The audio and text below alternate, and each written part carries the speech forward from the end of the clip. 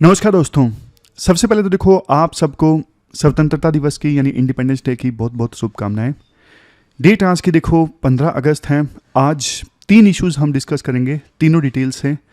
सबसे पहले आज हम आर्टिकल डिस्कस करेंगे बिजनेस स्टैंडर्ड का। बिजनेस स्टैंडर्ड जो इकोनॉमी वाला न्यूज़पेपर है, कॉर्पोरेट सोशल रिस्पॉन्सिबिलिटी से संबंधित अच्छा आर्टिकल है, ये हम डिस्कस करेंगे। दूसरा आर्टिकल द हिंदू का हम डिस्कस करेंगे। केरला के सीएम है विजयन, उन्होंने आर्टिकल लिखा है द हिंदू में। वैसे तो थोड़ी आलोचना है सरकार की, लेकिन कुछ पॉइंट्स हैं जो हम यूज़ कर सकते हैं आंसर राइटिंग में बिना पॉलिटिक्स में जाए। तो तीसरा आर्टिकल द हिंदू का ही है, वाटर हयासिंथ से संबंधित। वाटर हयासिंथ मतलब जलकुंभी से संबंधित आर्टिकल है, वो भी इंपॉर्टेंट है, डिस्कस करेंगे। हमारी आज के डिस्कशन में फर्स्ट इंपॉर्टेंट आर्टिकल सीएसआर से संबंधित है, कॉर्पोरेट सोशल रिस्पॉन्सिबिलिटी।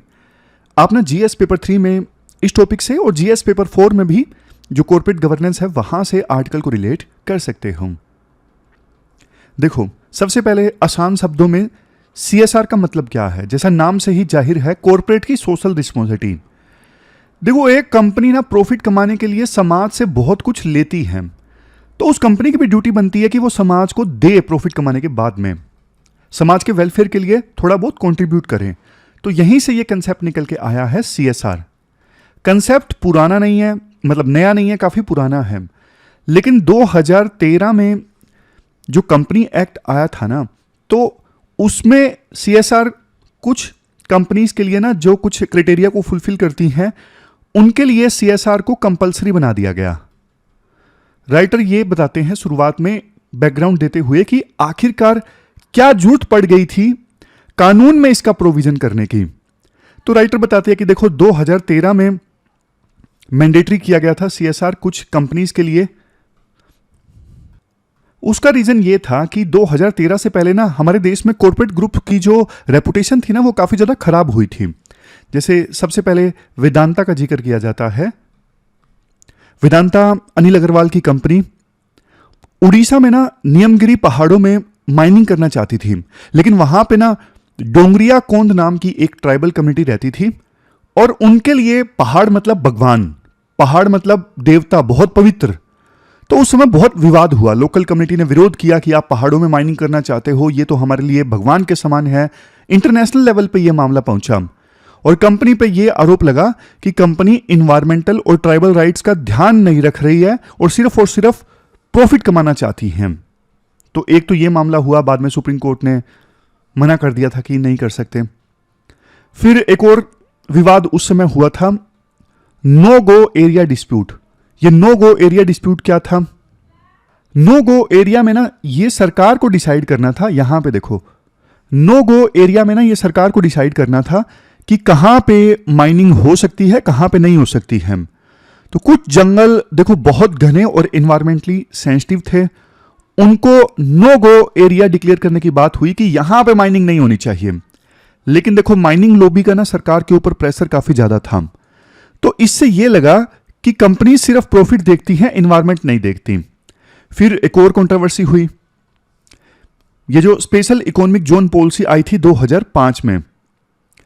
अब इस पॉलिसी के आने के बाद में ना, वैसे इस पॉलिसी का मकसद तो यह था देश में इन्वेस्टमेंट बढ़ाना, लेकिन इसके चक्कर में ना अंधाधुंध जमीन एक्वायर की गई, किसानों से उनकी जमीन ले ली गई, लेकिन किसानों को कंपनसेशन उचित नहीं मिला।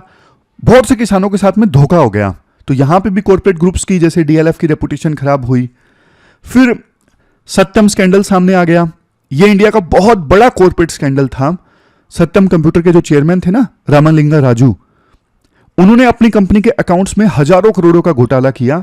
इससे पूरी आईटी इंडस्ट्री पे सवाल खड़े हो गए कि इंडिपेंडेंट डायरेक्टर जो थे कंपनी में, वो क्या कर रहे थे, ऑडिटर्स ने फ्रॉड को क्यों नहीं पकड़ा, ऑडिटर्स ने फ्रॉड को क्यों होने दिया। तो इससे ना लोगों का कंपनीज के ऊपर से विश्वास उठ गया। इन सब घटनाओं के बाद में ना एक माहौल सा बन गया था। ऐसा लग रहा था कि कंपनी सिर्फ अपना फायदा देखती हैं, उन्हें सोसाइटी से, इन्वायरमेंट से कोई सरोकार नहीं है। तो इसी माहौल में ना सरकार को एक करेक्टिव स्टेप लेना था और सरकार कंपनीज एक्ट 2013 लेके आई कॉर्पोरेट गवर्नेंस को सुधारने के लिए। और इसी एक्ट में सीएसआर का प्रोविजन कर दिया गया। कंपनीज एक्ट 2013 के ना सेक्शन 135 में यह प्रोविजन है कि सीएसआर का जो कंसेप्ट है कुछ बड़ी कंपनीज पे लागू होता है जिनकी नेट वर्थ, टर्नओवर या फिर जो प्रॉफिट है वो एक लिमिट से ज्यादा है। वो एक प्रॉपर क्राइटेरिया है, मैं आपको दिखा भी देता हूं। ये क्राइटेरिया है, नेट वर्थ अगर 500 करोड़ या इससे ज्यादा है, टर्नओवर 1000 करोड़ या फिर इससे ज्यादा है, प्रॉफिट 5 करोड़ या फिर इससे ज्यादा है। ये क्राइटेरिया फुलफिल होने पे ना उस कंपनी को देखो अपने पिछले 3 साल का जो एवरेज प्रॉफिट है ना उसका 2% सीएसआर में खर्च करना पड़ता है। अगर नहीं करते तो फिर रीजन बताना पड़ता है कि क्यों खर्च नहीं किया सीएसआर में, एक्सप्लेन करना पड़ता है। और सरकार ने यह भी क्लैरिफाई किया है कि सीएसआर के नाम पे कहां कहां पे पैसा खर्च किया जा सकता है, जैसे एजुकेशन पे, हेल्थ पे, पुअर्टी पे, इन्वायरमेंट पे।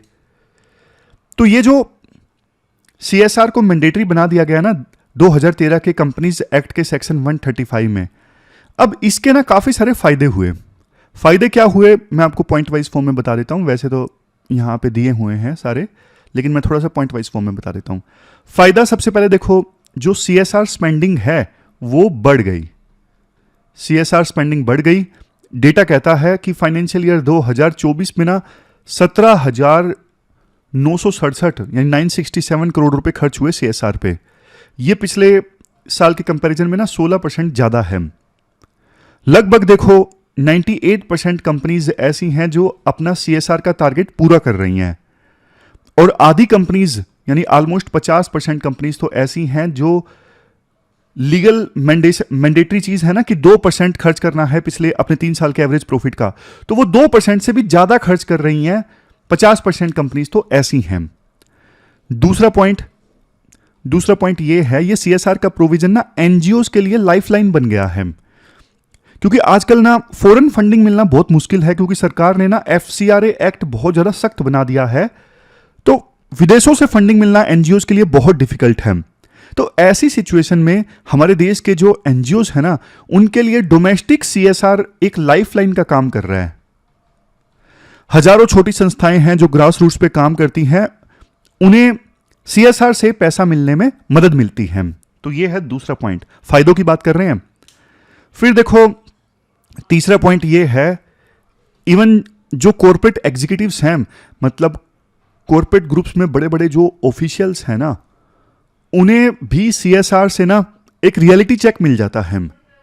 मतलब वो सीएसआर की वजह से ना अपने ऑफिसों से बाहर निकलते हैं, उन्हें असली भारत दिखता है। वो गांव में जाते हैं, लोगों की प्रॉब्लम्स समझते हैं, तो इससे उनके माइंडसेट में भी चेंज आता है।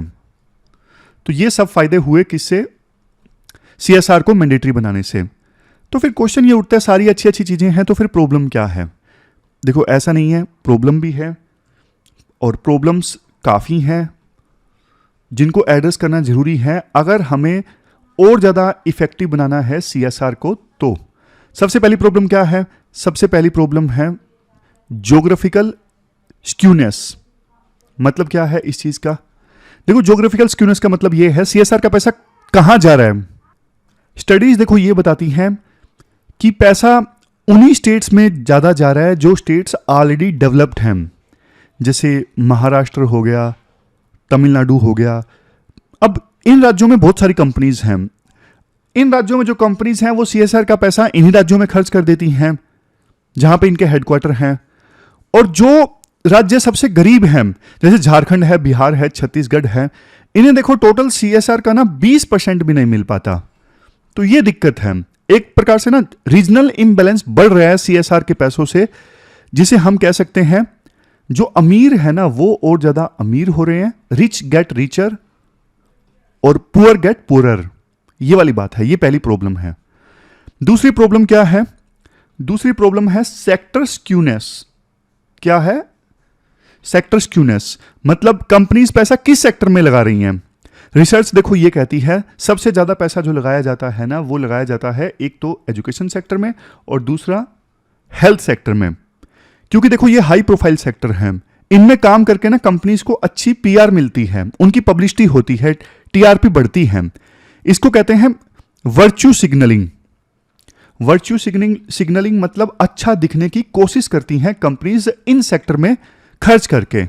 और दूसरे जो इंपॉर्टेंट इश्यूज हैं, जैसे देखो स्लम डेवलपमेंट हो गया, स्लम डेवलपमेंट है, या फिर इन्वायरमेंटल प्रोजेक्ट्स हैं, रोजगार की चीज़ें हैं, लाइवलीहुड प्रोजेक्ट्स हैं, उन पे कंपनीज खर्च नहीं कर पा रही हैं। अब तीसरी प्रॉब्लम की बात करते हैं। दो हो गए ना, ज्योग्राफिकल स्क्यूनेस, सेक्टरल स्क्यूनेस। अब तीसरे इशू की बात करते हैं। तीसरा इशू है गवर्नमेंट इंट्रूजन, मतलब सरकार की दखलंदाजी। कैसे? आर्टिकल देखो, इसको ना throw back to the licence raj era कहते हैं। मतलब कि पहले हर चीज के लिए लाइसेंस लेना पड़ता था ना, तो वैसे ही सरकार की दखलंदाजी बढ़ रही है। सरकार बता रही है कितना खर्च करो, कहां पे खर्च करो, और सरकार को पता चला कि पैसा एस्पायरेशनल डिस्ट्रिक्ट्स में नहीं जा रहा है, तो हो सकता है कि कल को देखो सरकार ये भी बोल दे कि आपको 20% पैसा बिहार में ही खर्च करना पड़ेगा। इससे कंपनीज की ना आजादी कम होती जा रही है सरकार की दखलंदाजी की वजह से, और कंपनीज के ऊपर जो बर्डन है वो बढ़ता जा रहा है। जैसे देखो 2018 में ना 272 कंपनीज को नोटिस भेजा गया कि CSR रूल्स फॉलो आप मत करिए और हमारे कहने से चलिए। समझ गए? अब चौथा पॉइंट डिस्कस करते हैं। भाई इंडिया का दूसरे देशों से क्या कंपैरिजन है इसमें? India versus world story. देखो इसमें राइटर ये बोलते हैं, इंडिया एकमात्र ऐसा देश है जहां पे CSR पर एक लीगल मैंडेट है कि आपको पिछले 3 साल के एवरेज प्रॉफिट का 2% खर्च करना ही है। लेकिन वेस्टर्न कंट्रीज में ऐसा नहीं है। तो वेस्टर्न कंट्रीज में क्या होता है, वहां पे ना एक मॉडल है, मैं आपको बताता भी हूं, एक सेकंड रुकिए। वेस्टर्न कंट्रीज में ना एक वॉलंटरी मॉडल है। सरकार ना नज करती है, फोर्स नहीं करती। सरकार आपको बोलती है कि आप करिए, लेकिन फोर्स नहीं करती कि करिए ही करिए। लेकिन ना वहां पे एक अलग चीज है जो इंडिया में नहीं है, वो है इनहेरिटेंस टैक्स। इनहेरिटेंस टैक्स क्या होता है? देखो जब कोई बहुत अमीर आदमी मरता है ना, तो उसकी प्रॉपर्टी उसके बच्चों को ट्रांसफर होती है, और इस पे सरकार जो टैक्स लगाती है उसे बोलते हैं इनहेरिटेंस टैक्स। इस टैक्स से बचने के लिए कई बार हम देखते हैं बड़े बड़े जो बिलियनर हैं, अरबपति है, वो अपनी बहुत सारी जो दौलत है वो चैरिटेबल फाउंडेशंस को दे देते हैं, दान कर देते हैं। जैसे आप बिल गेट्स का एग्जाम्पल देखिए। बिल गेट्स ने ऐलान किया कि वो अपनी जो 90% दौलत है उसे दान कर देंगे। क्यों दान कर देंगे? ताकि इनहेरिटेंस टैक्स ना लगे। इंडिया में क्या इस प्रकार का टैक्स है? इंडिया में देखो किसी समय में इनहेरिटेंस टैक्स हुआ करता था, लेकिन 1985 में ना राजीव गांधी की सरकार थी, उन्होंने इस टैक्स को हटा दिया। टैक्स को हटा दिया क्योंकि इससे ना कलेक्शन बहुत कम होता था और खर्चा ज्यादा होता था टैक्स को इकट्ठा करने में। इस वजह से इंडिया में ना प्राइवेट फिलैंथ्रोपी जो है उस लेवल पे नहीं है जैसा वेस्ट में है, क्योंकि वेस्ट में तो उनको पता है कि अगर हमने दान नहीं दिया तो पैसा चला जाएगा टैक्स देने में सरकार को, इनहेरिटेंस टैक्स। इससे पहले तो मरने से पहले हम ही दान दे देते हैं ताकि कम से कम सरकार को तो इनहेरिटेंस टैक्स ना देना पड़े। तो देखो सबसे बड़ी जो आयरनी है ना वो ये है, एक तरफ CSR पे हजारों करोड़ खर्च हो रहे हैं, पूरी CSR की एक इंडस्ट्री बन गई है, धंधा बना लिया है लोगों ने, लेकिन दूसरी तरफ पब्लिक की नजर में कंपनीज की रेपुटेशन आज भी बेकारी है, बिलो पर है। यानी लोगों को कंपनीज पे विश्वास आज भी नहीं है, इतना खर्च करने के बावजूद। जो कॉर्पोरेट शब्द है ना आज भी थोड़ा नेगेटिव ज्यादा माना जाता है। तो फिर कंक्लूजन में राइटर ये बोलते हैं, देखो CSR का कानून वैसे एक नेक इरादे के साथ में लाया गया था और इसके कुछ फायदे भी हुए, पैसा सिस्टम में आया है, NGOs को मदद मिली है, लेकिन चैलेंजेस भी उतने ही सीरियस हैं। सिर्फ चेकबॉक्स कंप्लायंस बन के रह गया है ये, और PR एक्सरसाइज बन के रह गया है कुछ कंपनीज के लिए। रीजनल इम्बैलेंस बढ़ रहा है जो हमने बात की। इसके अलावा कुछ ही सेक्टर्स को ज्यादा फायदा हो रहा है।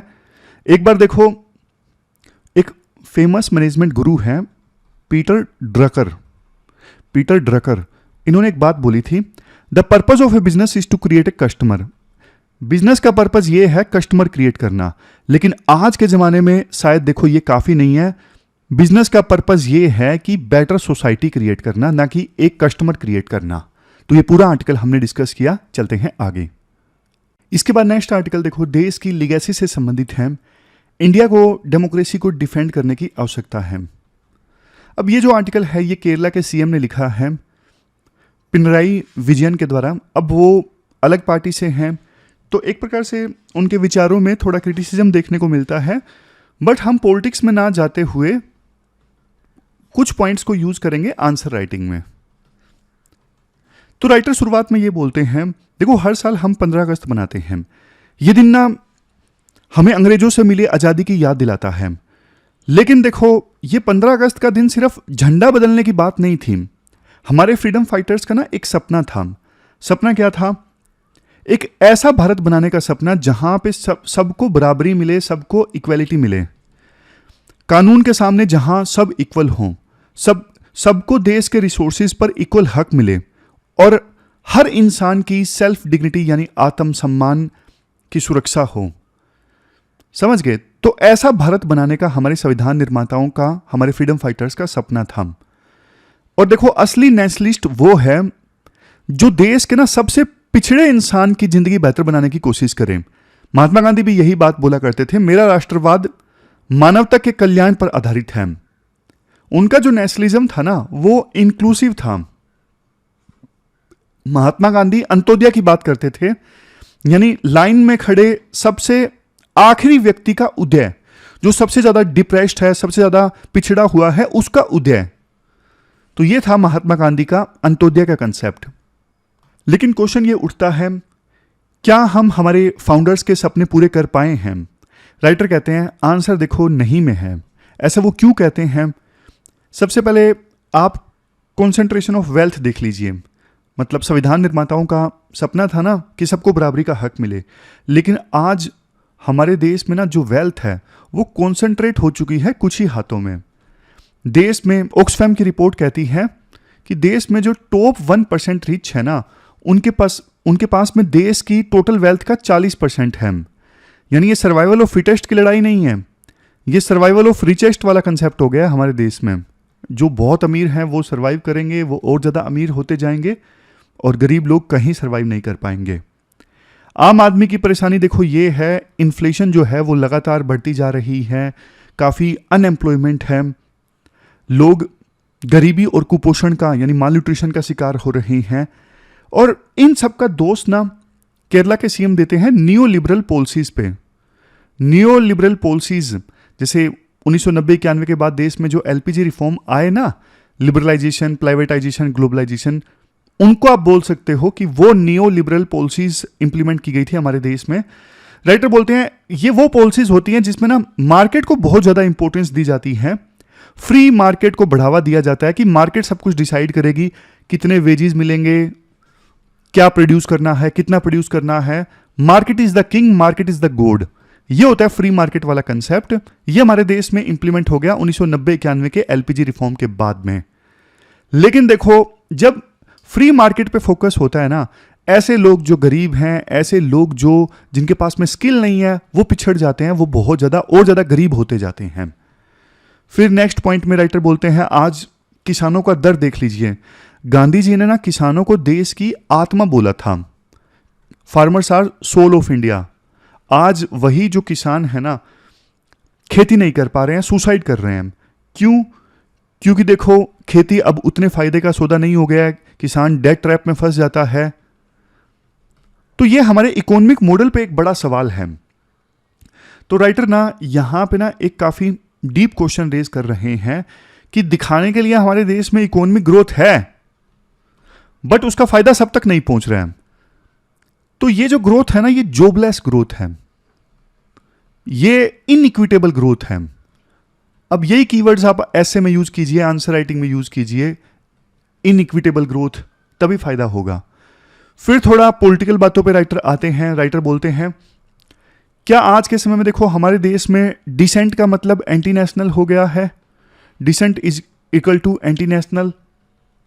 मतलब वो लोग जो कॉमन मैन का इशू उठाते हैं उन पे लेबल लगा दिया जाता है कि ये देश विरोधी हैं। नेशनलिज्म को ट्विस्ट करके दिखाया जाता है। नेशनलिज्म की जो डेफिनेशन है वही आज के समय में बदल गई है। हीरो वर्शिपिंग जो है वो पॉलिटिक्स में काफ़ी ज़्यादा बढ़ गई है। डॉक्टर अंबेडकर ने ना एक बात बोली थी। डॉक्टर अंबेडकर ने ये बोला था, देखो रिलीजन में अगर भक्ति है ना तो कोई चीज़ नहीं, कोई दिक्कत नहीं है। अगर रिलीजन में भक्ति है तो आत्मा को यानी सोल को मुक्ति मिल जाएगी, सेल्वेशन मिल जाएगा।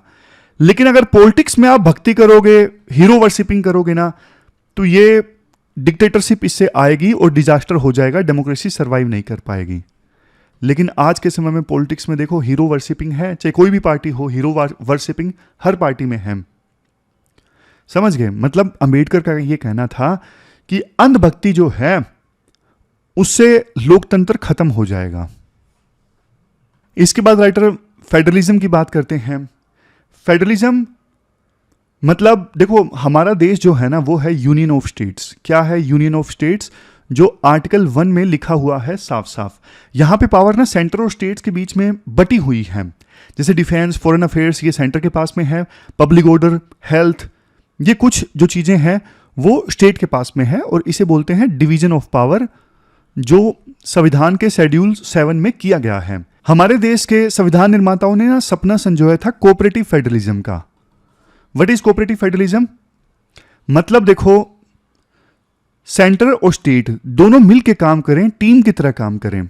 डॉक्टर अंबेडकर ने उस समय साफ कहा था कि जो स्टेट्स हैं वो सेंटर के पुछल्ले नहीं हैं, स्टेट्स की अपनी आइडेंटिटी है अलग से। लेकिन आज देखिए आज के समय में हो क्या रहा है, जैसे हर चीज में ना बैलेंस बिगड़ रहा है। 1 नेशन 1 इलेक्शन की आप बात कर लीजिए, आर्टिकल ये बोलता है अगर ये 1 नेशन 1 इलेक्शन वाला कंसेप्ट आया तो स्टेट्स की जो ऑटोनमी है वो कम हो जाएगी। हो सकता है कि स्टेट गवर्नमेंट्स का 5 साल का मैंडेट बीच में ही खत्म हो जाए। आप और एग्जांपल देख लीजिए, सेंट्रल एजेंसीज का मिसयूज, सीबीआई, ईडी जैसी जो सेंट्रल एजेंसीज है ना, अपोजिशन रूल्ड स्टेट्स में काफ़ी मिसयूज हो रहा है इनका। जो इंस्टीट्यूशंस की इंडिपेंडेंस है, तीसरा पॉइंट है, जो इंस्टीट्यूशंस की इंडिपेंडेंस है ना वो आज खतरे में आ गई है। जैसे इलेक्शन कमीशन है, ईडी है, ऐसी संस्थाएं आज़ादी के साथ काम नहीं कर पा रही हैं। ये सब ना इशारा है किसकी तरफ? सेंट्रलाइजेशन की तरफ। सारी पावर्स जो सेंटर है अपने हाथों में ले रहा है। तो ये जो चीज़ है ये देखो फेडरलिज्म के भावना के अगेंस्ट है।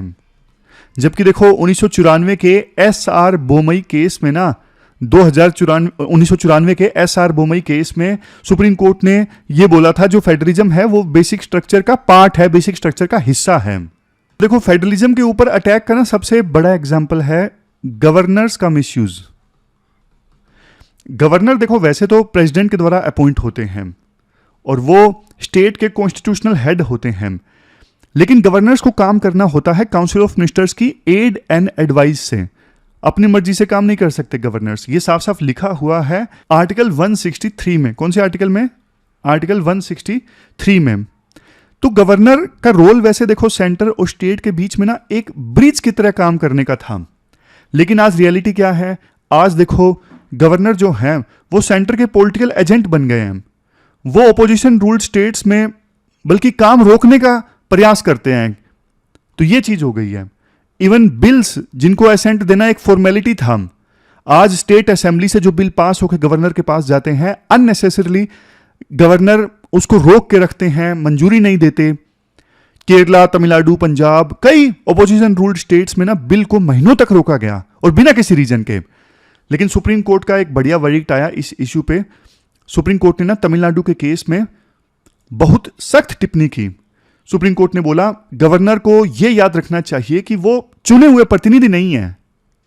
इवन देखो आज स्टेट यूनिवर्सिटीज में भी ना इंटरफेरेंस काफी ज्यादा बढ़ गया है सेंटर का। वहां पे गवर्नर्स ने वाइस चांसलर की अपॉइंटमेंट को रोक दिया। इससे ना यूनिवर्सिटीज का कामकाज पूरी तरह से ठप हो गया। मतलब एजुकेशन सिस्टम में भी जो पावर्स हैं उनको सेंट्रलाइज करने की कोशिश की जा रही है। तो ये सारे पॉइंट्स बोलते हैं राइटर। अब देखो थोड़ा तो आपको एहसास हो ही गया होगा, चूंकि वो ओपोजिशन रूल स्टेट्स के सीएम हैं तो अच्छी अच्छी बातें तो जाहिर तौर पे बोलेंगे नहीं, क्रिटिसाइज तो करेंगे ही, लेकिन कुछ पॉइंट्स ऐसे हैं जो आप यूज़ कर सकते हो। फेडरलिज्म से संबंधित पॉइंट आए तो ये सारे पॉइंट इस प्रकार से यूज़ कर सकते हो कि वो पॉलिटिकल ना लगे। समझ गए? कंक्लूजन में राइटर काफ़ी अच्छी बात बोलते हैं। हमारा स्ट्रगल देखो सिर्फ फ्रीडम पाने के लिए नहीं था कॉलोनियल रूल से। हम ऐसा देश बनाना चाहते थे जहां पे लोगों के शेयर्ड आइडियल्स हों, कॉन्स्टिट्यूशनल डेमोक्रेसी के।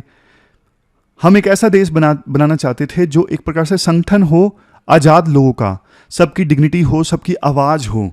तो इस लिगेसी को आज हमें बचाने की आवश्यकता है, करेज के साथ में, क्लैरिटी के साथ में। इसके बाद नेक्स्ट जो आर्टिकल है वो देखो वाटर हायासिंथ से संबंधित है। अपने सिलेबस में जीएस पेपर 3 के इन टॉपिक्स से आर्टिकल को रिलेट कर सकते हो। वाटर हायासिंथ मतलब जलकुंभी। आपने ना इस प्रकार के पौधे जरूर देखे होंगे, किसी तालाब में, किसी झील में, ये जरूर देखे होंगे। इंग्लिश में वाटर हायासिंथ कहते हैं और साइंटिफिक नेम वगैरह आप देख लीजिएगा क्या है, लेकिन अपने इंडिया में जलकुंभी कह देते हैं हिंदी में। या फिर आप ना इनकी सुंदरता पे नहीं जाइए, इनको टेरर ऑफ बंगाल भी बोलते हैं। क्या बोलते हैं? Terror of Bengal. क्यों? क्योंकि देखो इसलिए इन पौधों का जो ओरिजिन है वो इंडिया में नहीं है। इन पौधों का ओरिजिन है साउथ अमेरिका में और अमेजोन बेसिन में। तो क्वेश्चन उठता है कि इनको इंडिया में लेके कौन आया? देखो कॉलोनियल रूल का समय था और अंग्रेज उस समय ये भारत में लेके आए थे। क्यों लाए? बस सुंदर फूलों के लिए लेकर आ गए, मतलब सजावट के लिए इन पौधों को लाया गया भारत में। और एक स्टोरी है, जैसे बंगाल के जो गवर्नर जनरल थे ना, उनकी वाइफ थी लेडी हेस्टिंग्स, वो इन फूलों से अट्रैक्ट हुई थी। तो उनके कहने पे ये जो फूल थे ना बंगाल की वाटर बॉडीज में इंट्रोड्यूस किए गए और वहां से ये जो फूल थे वो पूरे इंडिया में फैल गए। ये ना एक इन्वेसिव एलियन स्पीसीज है, ये टर्म याद रखिए, बार बार यूज होगा, इन्वेसिव एलियन स्पीसीज। मतलब इन्वेसिव मतलब जो तेजी से फैलता है, और एलियन मतलब जो बाहर से आया है, जो लोकल प्लांट्स को खत्म कर देता है। तो ये क्या है? Invasive alien species. अब देखो ये जो पौधा है ना ये बहुत खतरनाक है। क्यों खतरनाक है? पहले मैं आपको सिस्टमेटिक ढंग से पॉइंट्स बताता हूं। ये पौधा इतना खतरनाक क्यों है? क्योंकि देखो इसकी जो ग्रोथ है ना वो बहुत ज्यादा सुपर फास्ट है। ये जो पौधा है ना 5 से लेकर 15 दिन में ना अपनी पॉपुलेशन को डबल कर सकता है। पानी के सरफेस पर एक मोटी चादर बना लेता है और इस चादर के नीचे अंधेरा हो जाता है और यहीं से असली जो प्रॉब्लम है वो शुरू होती है। तो अगर बात करें क्या प्रॉब्लम्स है वाटर हायासिंथ यानी जलकुंभी से, सबसे पहले ना आप इकोलॉजिकल इंपैक्ट देखिए इस पौधे की वजह से। क्या इकोलॉजिकल इंपैक्ट होता है? जैसे मैंने बोला ना, इतना ज्यादा पॉपुलेशन बढ़ा लेता है ये पौधा, पानी के सरफेस पे ना एक चादर बना लेता है। क्या बना लेता है? चादर बना लेता है, जिसकी वजह से ना नीचे रोशनी नहीं जा पाती। नीचे रोशनी नहीं जाएगी तो पानी के नीचे फिर फोटोसिंथेसिस नहीं होगा। फोटोसिंथेसिस नहीं हो पाएगा तो पौधे अपना खाना कैसे बनाएंगे? मतलब पानी में जो डिजोल्व्ड ऑक्सीजन है वो कम हो जाती है और इस कंडीशन को बोलते हैं हाइपोक्सिया। क्या बोलते हैं? हाइपोक्सिया। क्योंकि ये पौधा चादर बना लेता है, नीचे ऑक्सीजन कम हो जाती है और इससे फिर इक्वेटिक जो लाइफ है ना वो मरने लगती है। जब देखो ऑक्सीजन नहीं होगा तो मछलियां और दूसरे जीव तो मरेंगे ना। तो इस आर्टिकल में ना एक टर्म इस्तेमाल की गई है इस चीज के लिए कि ऑक्सीजन की कमी से एनिमल्स मरने लगते हैं। इस चीज को बोलते हैं इकोलॉजिकल एस्फिक्सिएशन। एस्फिक्सिएशन मतलब क्या होता है इसका? मतलब पानी का ना गला घुट गया, ऑक्सीजन की कमी होगी पानी में, तो पूरी जो पानी के अंदर फूड वेब है ना, जो फूड वेब है पूरी तरह से डिस्ट्रॉय हो जाती है अकेले इस पौधे की वजह से। बायोडाइवर्सिटी का नुकसान होता है क्योंकि नेटिव एक्वेटिक प्लांट्स को ये खत्म कर देता है। एग्जाम्पल दिया जाता है राइटर के द्वारा, केरला की एक लेक है वेम्बार्ड लेक। क्या है? वेम्बानद लेक। आर्टिकल में इसका जिक्र किया गया है। ये इंडिया की ना सबसे लंबी झील है, रामासर वेबसाइट है, मतलब वेटलैंड है इंटरनेशनल इंपोर्टेंस का।